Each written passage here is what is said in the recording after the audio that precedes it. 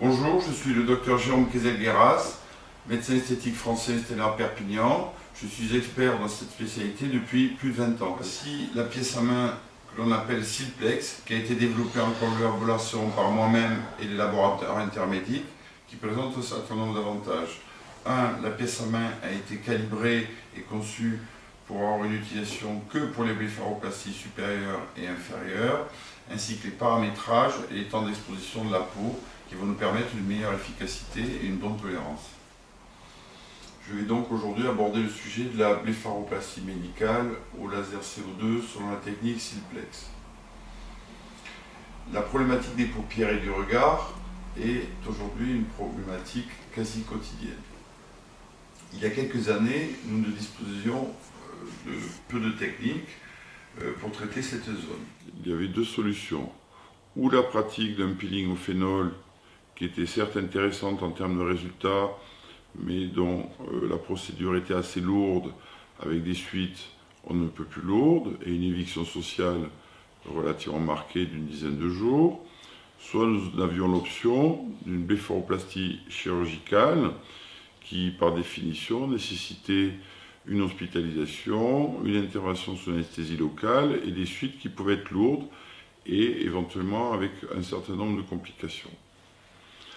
En 2015, lors d'un congrès international à Monaco, j'ai découvert une technique pour traiter les paupières supérieures et les paupières inférieures. C'était donc une technique italienne qui travaillait sur le principe d'un arc électrique avec une coagulation cutanée, point par point, tous les 1 mm, sous anesthésie locale. J'ai été très intéressé par cette technique. J'ai donc testé ce process au cabinet, sous anesthésie locale. Il est vrai que les résultats immédiats étaient assez intéressants. Malheureusement, à 15 jours, on se rendait compte que l'efficacité était très relative. Il fallait donc renouveler le nombre de séances, et selon les protocoles du laboratoire, il fallait pratiquer à peu près 3 séances dans l'année, ce qui représentait quand même une éviction sociale de au moins 3 fois une semaine dans l'année, donc ce qui me semblait peu intéressant, tant sur l'efficacité réelle de la technique, des effets secondaires potentiels et bien sûr de l'éviction sociale. Donc j'ai été déçu de cette approche, mais j'ai quand même trouvé l'idée particulièrement intéressante.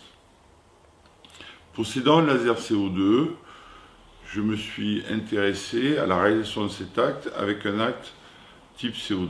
Pourquoi? Parce qu'on développait une puissance plus importante, on allait potentiellement plus en profondeur, et donc on pouvait développer un effet thermique et une cicatrisation dirigée beaucoup plus intéressante avec ce type de machine.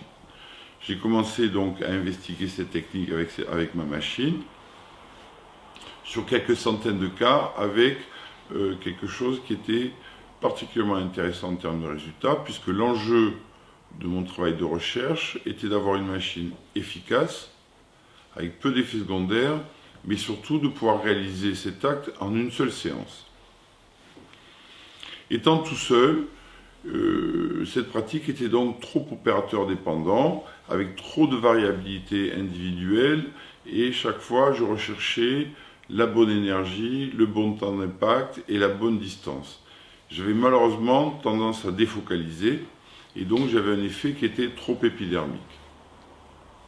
J'ai donc rencontré un laboratoire espagnol qui se nomme Intermédic, et notre enjeu a été de protocoler toute cette procédure, de la rendre la plus simple possible et surtout accessible au plus grand nombre de médecins, de façon à ce que tous les médecins en France, en Espagne, en Angleterre, en Allemagne et dans le monde entier puissent avoir la même attitude, à savoir travailler avec la même pièce à main, la même énergie, le même temps d'impact, de manière à ce que tout le monde puisse reproduire l'intervention de manière systématique.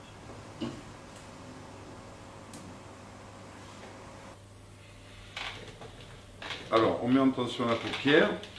On va commencer par la zone de piqûre de la paupière supérieure.